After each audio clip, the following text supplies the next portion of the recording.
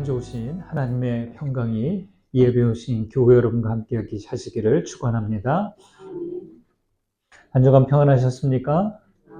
네, 감사합니다. 인생을 사는 동안 도무지 영문을 알 수 없고 재난처럼 마구잡이로 몰아치는 그런 파괴적인 시기가 있죠. 이런 때를 두고 셰익스피어는 잔인한 운명의 돌팔매질과 화살, 이렇게 표현했습니다. 그와 다르게 고독과 외로움 속에서 쓸쓸하고 우울하게 보내야 하는 그런 시기가 있기도 합니다. 마치 그늘진 안개 속을 헤매는 것처럼 느껴지는 거죠. 그럴 때 인생은 마치 광야에 홀로 남겨진 것 같기도 합니다. 저마다의 광야 체험이 있으리라 생각합니다. 재난과 사고, 이별과 상실, 전쟁과 죽음, 거듭된 실패와 오랜 질병, 상처와 억압 등으로 인한 광야 체험들입니다. 광야는 힘든 곳이기에 되도록 머물고 싶지 않은 곳이죠. 하지만 하나님은 백성들이 하나님을 경험하도록 하시기 위해 광야를 적극 활용하셨습니다. 성경에는 대표적으로 세 가지 광야 체험 이야기가 있죠. 첫 번째는 출애굽한 이스라엘이 지냈던 40년 동안의 신의 광야 이야기입니다. 광야 생활을 통해 하나님은 제멋대로의 백성들을 시험하시고 주님의 거룩한 성품을 보여주셨고 신의 산 계약을 맺고 약속의 땅을 향해 가면서 이스라엘을 언약 백성으로 연단시켜 주셨습니다. 두 번째 광야 이야기는 열왕기상 19장에 나옵니다. 엘리야 선지자는 갈멜산에서 바알 선지자들과의 대결에서 승리했죠. 그러나 곧바로 이세벨의 협박에 겁을 먹고 광야로 도망해서 절망과 우울증에 빠져 죽기를 바랬습니다. 그러나 하나님은 엘리야를 그곳에서 먹이고 쉼을 갖게 하고서 새 힘을 얻게 하셨습니다. 세 번째 광야 이야기는 마태복음 4장과 누가복음 4장에 나온 예수님의 광야 시험입니다. 지금 우리가 그 말씀을 읽었습니다. 현실적으로 볼 때 이 광야는 일부러 가는 곳은 아닙니다. 그러나 영적으로 광야는 하나님을 깊이, 하나님을 가장 가깝게 경험할 수 있는 곳이 됩니다. 성경에서 광야는 격리를 상징합니다. 우리는 때때로 광야와 같은 상황에 격리될 때가 있습니다. 이것은 하나님과의 사랑의 관계 안에서 연단받고 하나님을 발견하도록 하기 위함입니다. 여기서 우리는 제자로서 신앙과 인격이 성숙해질 수 있습니다. 고통이 동반되기도 하지만 광야를 받아들일 때 영적 진보를 가져다 줍니다. 또한 광야는 시험의 장소로서 우리의 영적인 모습을 드러냅니다. 풍족하고 안락한 환경에서는 보이지 않던 내 모습이 불편하고 척박한 환경에서 자기의 가치관과 세계관이 드러나게 됩니다. 인내심과 공감, 능력과 같은 부분이 어느 정도인지 드러납니다. 사실 평상시에는 모르겠는데 어려운 상황에 처하면 내 사랑의 용량, 이것이 작고 불안정하고 훈련도 부족했구나 하는 것을 깨닫습니다. 자아도취에 빠지고 욕심 가득한 자신을 보기도 합니다. 시험을 겪을수록 우리 자신의 부족함과 한계가 드러납니다. 여러분, 신앙의 삶은 뭘까요? 신앙의 삶은 끊임없이 작은 나를 벗어나서 큰 나로 나아가는, 작은 나를 벗어나서 거짓된 자기에서 참된 자기로 찾아가는 과정입니다. 길이 안 보일 때는 잠시나마 고독 가운데 머물러야 하죠. 광야 체험을 통해서 자신의 허상을 만나면 참 아파요. 그렇죠? 내가 이렇게 부족했구나. 내가 이렇게 잘못된 생각을 가지고 있었구나. 이런 허상을 만나면 아프기도 하겠지만 그 허상이 무너져야 참된 자신을 만날 수 있습니다. 여러분 혹시 요즘 광야와 같은 시기를 보내고 있지는 않으십니까? 광야를 두려워하지 마십시오. 자신의 허상들을 만나면 과감히 벗어나서 참된 자기를 만나고 영적 성숙과 영적 진보를 이루어 가시기를 간절히 소망합니다. 예수님이 요한에게 세례를 받으실 때 하늘로부터 소리가 났죠. 너는 내 사랑하는 아들이라 내가 너를 기뻐하노라. 이 말씀은 하나님의 인증이라고 할 수 있습니다. 자, 그러면 됐을까요? 이제 정식으로 공식 활동을 하면 될까요? 그런데 그렇지 않습니다. 요단강에서 돌아오자마자 예수님은 광야에서 40일 동안 혹독한 시험을 받으십니다. 1절과 2절을 보시겠습니다. 같이 읽습니다. 예수께서 성령의 충만함을 입어 요단강에서 돌아오사 광야에서 40일 동안 성령에게 이끌리시며 마귀에게 시험을 받으시더라. 이 모든 날에 아무것도 잡수시지 아니하시니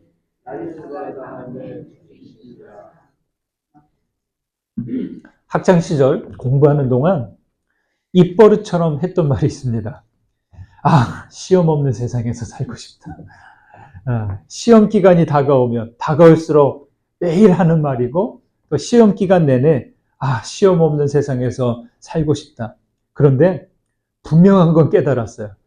시험 없는 세상이 없구나. 누군가 이런 말을 했습니다. 세상에서 확실한 것 두 가지가 있는데 그것은 죽음과 세금이다. 이런 말 들어보셨어요? 그런데 이 말을 두고 누군가 약간 바꿔서 말합니다. 세상에서 확실한 것 두 가지는 바로 죽음과 시험이다. 세금을 시험으로 바꾼 것이죠. 죽음처럼 시험을 피할 수 없다는 말이죠. 여러분, 피할 수 없는 시험이라면 어떻게 해야 되나요?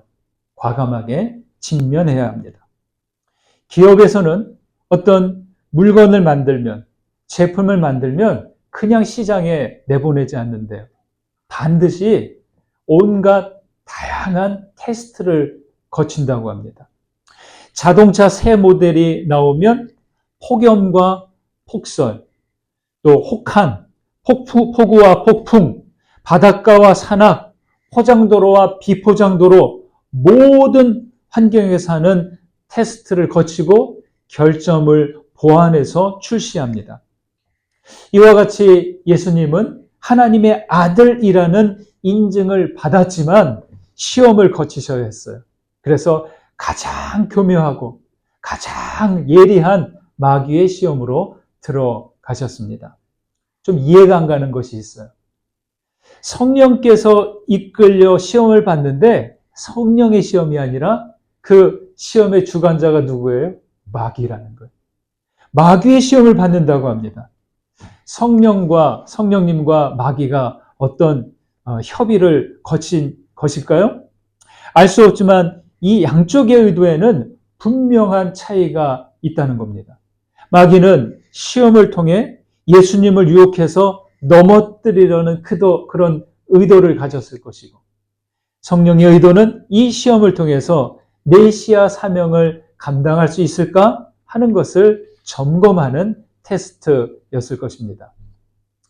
미국의 교육학자이자 영성가인 파커 파머는 심한 우울증으로 고생을 했습니다. 우울증이 시작되기 전에 그는 자기가 하나님과 아주 가깝다고 생각했어요.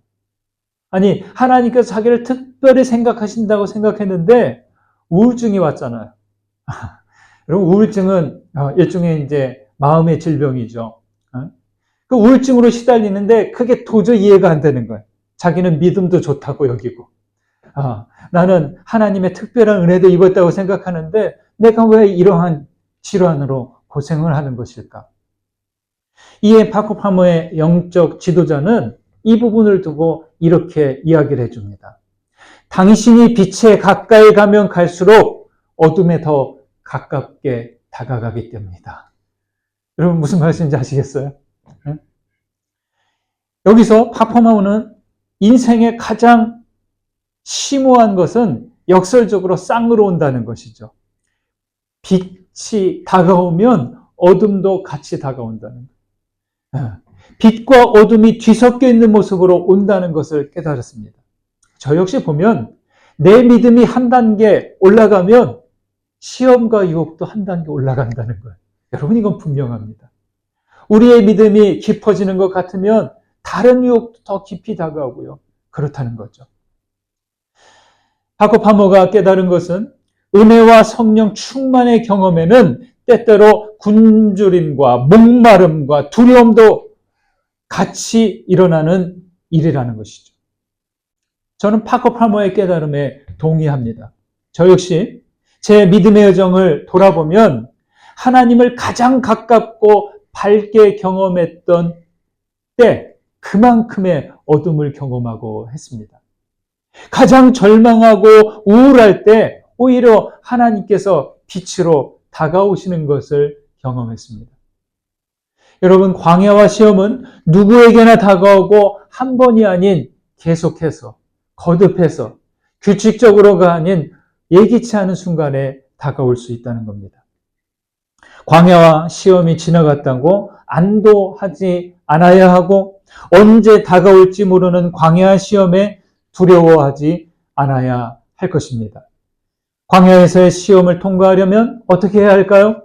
광야에서 40일 동안 마귀에게 시험을 받는다면 우리는 단 며칠도 견디지 못할 것입니다. 그러나 주님은 성령께 이끌리시며 시험을 받았다는 거예요. 여러분 이 부분이 중요합니다. 지금 자기가 광야 시험 중에 있다고 생각된다면 여러분 어둠 쪽을 향하지 마시고 빛 쪽으로 향해 서시기 바랍니다. 광야의 시험을 피할 수 없다면 대신 마귀에게 주도권을 주지 말고 성령께 이끌려 나아가는 그러한 시간이 되시기를 간절히 소망합니다. 마귀의 시험은 세 가지죠. 첫 번째, 돌들에게 명하여 떡이 되게 하라. 이에 주님은 기록된 바 사람이 떡으로만 살 것이 아니니라 라고 대답합니다. 두 번째 마귀는 천하만국을 보이며 모든 권위와 영광을 주겠다. 만일 내게 절하면 이 모든 것이 내 것이 될 것이다. 이에 주님은 기록된 바 주 너의 하나님께 경배하고 다만 그를 섬기라 하였느니라 이렇게 대답하셨습니다. 세 번째 마귀는 주님을 성전 꼭대기에 세우고 뛰어내려 보라고 합니다. 이에 주님은 주 너의 하나님을 시험하지 말라 하였느니라 이렇게 응답하셨습니다. 예수님을 시험하는 마귀는 교묘한 말로 주도권을 잡으려고 합니다. 그런데 예수님은 철저하게 말씀으로 응대하셨다는 거예요. 각각의 시험이 의도하는 것은 세 가지죠. 첫 번째는 경제력, 두 번째는 권력력, 세 번째는 기적의 능력입니다. 예수님에게 이 세 가지가 있는지 아닌지, 아니면 이 세 가지에 어떻게 반응하는지를 알아보기 위함입니다. 그런데 여러분, 이 부분에서 건너뛰면 안 되는 중요한 부분이 있습니다. 띄엄띄엄이지만 한번 보실까요? 3절과 7절과 9절을 보시겠습니다. 먼저 3절을 읽습니다. 마귀가 이르되 내가 만일 하나님의 아들이거든 이 돌들에게 명하여 떡이 되게 하라. 7절 그러므로 내가 만일 내게 절하면 다 내 것이 되리라. 9절 또 이끌고 예루살렘으로 가서 성전 꼭대기에 세우고 이르되 내가 만일 하나님의 아들이거든 여기서 뛰어내리라. 여기 마귀가 시험 문제를 제시할 때마다 하는 말이 보이십니까? 뭐라고 얘기합니까? 내가 만일 하나님의 아들이거든. 마귀는 거듭해서 내가 만일 하나님의 아들이거든 라고 자국하면서 돌들이 떡이 되게 해봐라, 성전 꼭대기에서 뛰어내려 보라 라고 합니다. 여러분, 하나님의 아들이란 칭호는 예수님에게만 처음 해당되는 말이 아니라는 겁니다. 지금은 하나님의 아들, 구세주라고 하면 우리는 당연히 나사렛 예수 그리스도를 생각합니다. 그런데 1세기에 예수님 계셨던 그 당시에는 신의 아들, 구속자, 해방자, 세상의 구주라는 호칭을 가진 사람이 있었어요. 그 사람 바로 로마의 황제 카이사르 옥타비아누스 아우구스투스예요. 예수 그리스도를 하나님의 아들로 부르는 일은 그 로마 황제 절대 권력자 아우구스투스를 부정하는 일이에요. 그리스도인들은 이 칭호를 황제에게 주지 않고 갈릴리 출신 나사렛 예수에게 주었습니다. 여러분, 이 호칭을 황제에게 향하지 않고 예수 그리스도에게 불렀을 때 황제를 추종하고 또 황제 자신은 어떻게 생각됐을까요? 이거는 대역죄인이에요. 반역자들이에요.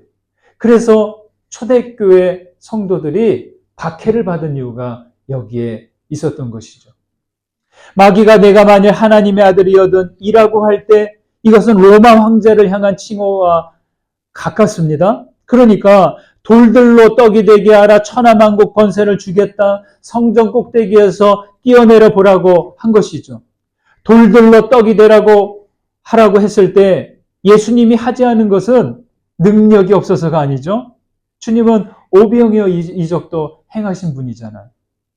그런데 예수께서 이렇게 반응하신 것은 굶주린 사람들을 무시하는 것이 아니라 조롱 섞인 마귀에 대한 반응이라는 거예요. 만약 예수님이 자신이 하나님의 아들인 것을 보이기 위해 돌이 떡이 되게 했다면 자기를 과시하는 그런 어리석음을 범했다는 것이죠. 이렇게 볼 때 세 가지 시험은 단순히 예수님의 능력을 테스트하는 것이 아니라 하나님의 아들됨을 왜곡하는 일이고 메시아의 소명을 오염시키기 위해서라는 것이죠. 예수께서 이루실 사역은 경제 성장, 정치 권력, 신격화가 되어서 군림하는 왕이 아니라 비폭력과 정의와 평화로 섬기는 구원자인 것이죠. 그러니까 믿음의 고백으로 하나님의 아들 예수 그리스도시요 라고 하는 것과 여기서 마귀가 만일 내가 하나님의 아들이거든 라고 하는 것은 같아요, 달라요? 완전히 다른 겁니다. 오스왈드 챔버스라는 분이 주님께서 당하신 시험이라는 제목의 글에서 이렇게 말했습니다. 사탄은 거듭난 우리에게 그릇된 일을 하도록 시험하는 것이 아닙니다. 그가 시험하는 것은 하나님께서 거듭남을 통해 우리에게 넣어주신 것, 즉 우리가 하나님께 가치 있는 존재가 될 수 있는 그 가능성을 잃게 하는 것입니다. 사탄은 우리가 죄를 짓도록 유혹하는 데 그치지 않고 우리의 관점을 바꾸려고 합니다. 오직 성령만이 사탄의 유혹을 간파해낼 수 있습니다. 여러분, 우리도 내가 만일 하나님의 아들이거든 나와 같은 그런 조롱 섞인 말을 들을 때가 많습니다. 당신이 예수를 믿는다면, 당신이 하나님의 자녀라면, 내가 그렇게 능력이 있다면, 당신이 그렇게 잘났으면, 당신이 남자라면, 여자라면, 진짜 관심이 있다면 라는 조건을 붙여서 우리를 부추깁니다.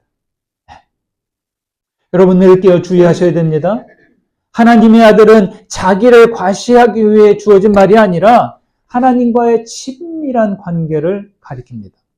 이 부분이 세상이 생각하는 부와 권력과 신격화하는 그런 세속화하는 관점으로 바뀌면 그 다음에 우리가 하는 모든 것이 하나님과 상관없는 일이 되는 거예요.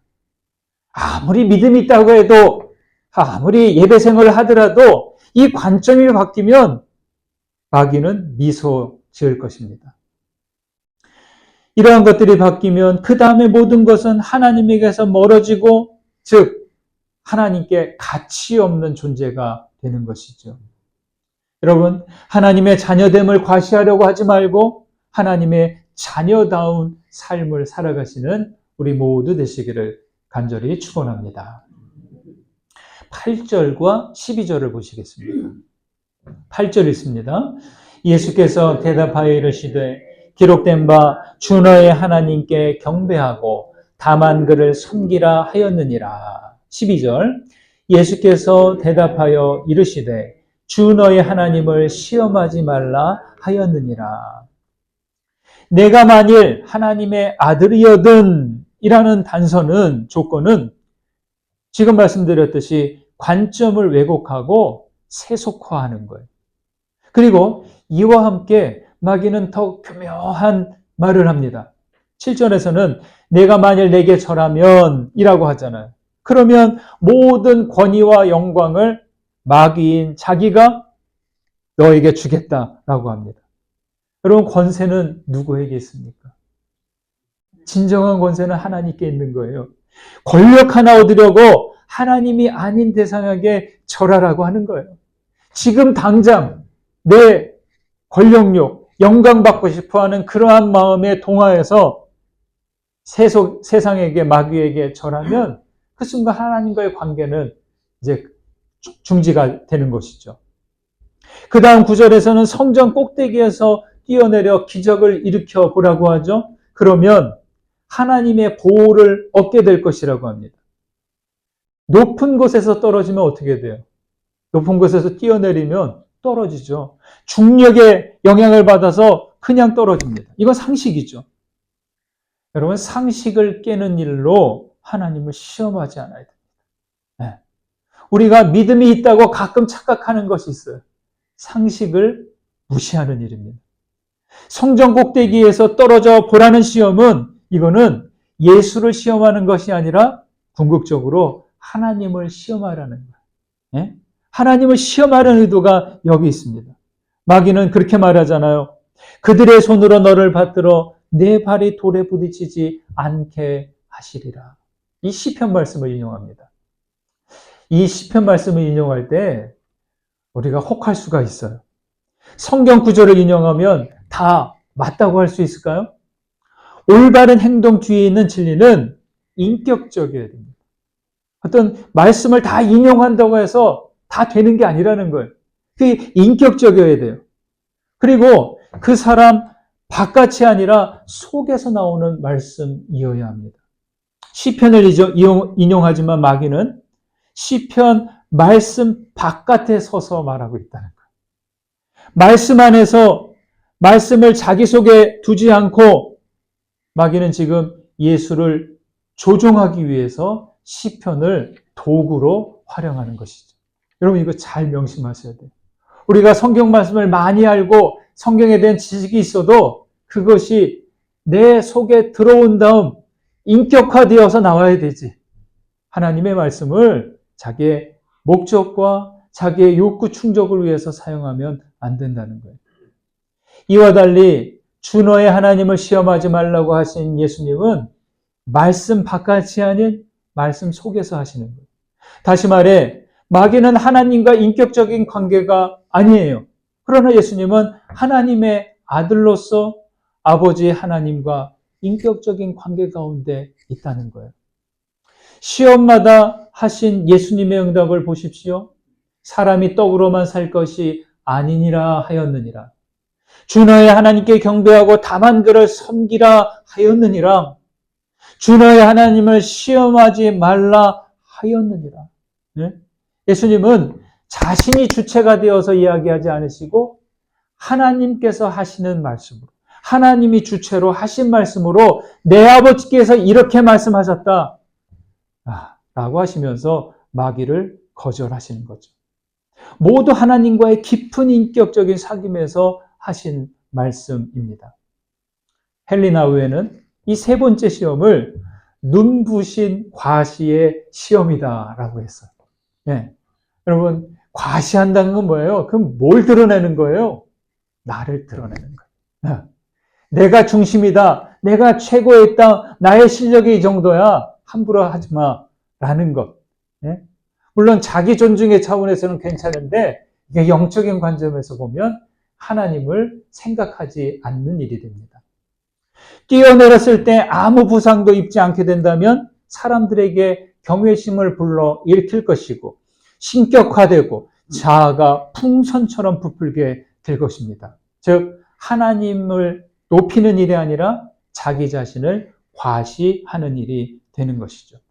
정리해보면 마귀 시험의 의도는 예수님이 하나님의 아들이라는 정체성을 왜곡하려고 합니다. 그리고 예수님을 하나님으로부터 분리시키려고 합니다. 그리고 하나님까지 시험하여서 하나님의 그 영원한 구원 계획을 실패하게 하려고 하는 것이죠. 그러나 예수님은 성령의 인도 가운데 하나님을 신뢰하며 오직 자기 의지가 아닌 말씀으로 시험을 통과하셨습니다. 여러분, 우리 인생은 모두 광야와 같은 세상을 살아가야 합니다. 시험은 계속 교묘하게 다가오고 점점 더 거세지고 있습니다. 여러분, 우리는 항상 깨어 정신을 차려야 하겠습니다. 자기 과시를 위해 하나님을 시험하지 마십시오. 하나님을 신뢰하고 하나님께 경배하고 하나님만을 섬기십시오.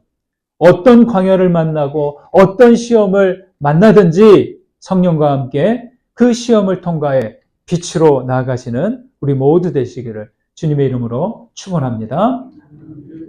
자비하신 하나님, 광야를 지나는 인생에게 성령으로 이끌어 주시니 감사합니다. 광야를 두려워하지 않고 우리의 허상을 깨닫고 참된 자기를 찾게 하옵소서. 영적 성장과 함께 빛과 어둠이 뒤섞이더라도 성령께 이끌려 빛을 분별하게 하옵소서. 우리를 하나님의 자녀로 부르셨으니 하나님의 자녀다운 삶을 살아가도록 도와주옵소서. 주님을 온전히 신뢰하며 진리의 말씀을 등불 삼아 다가오는 어떤 시험들도 통과하도록 이끌어 주옵소서. 예수 그리스도의 이름으로 기도드립니다. 아멘.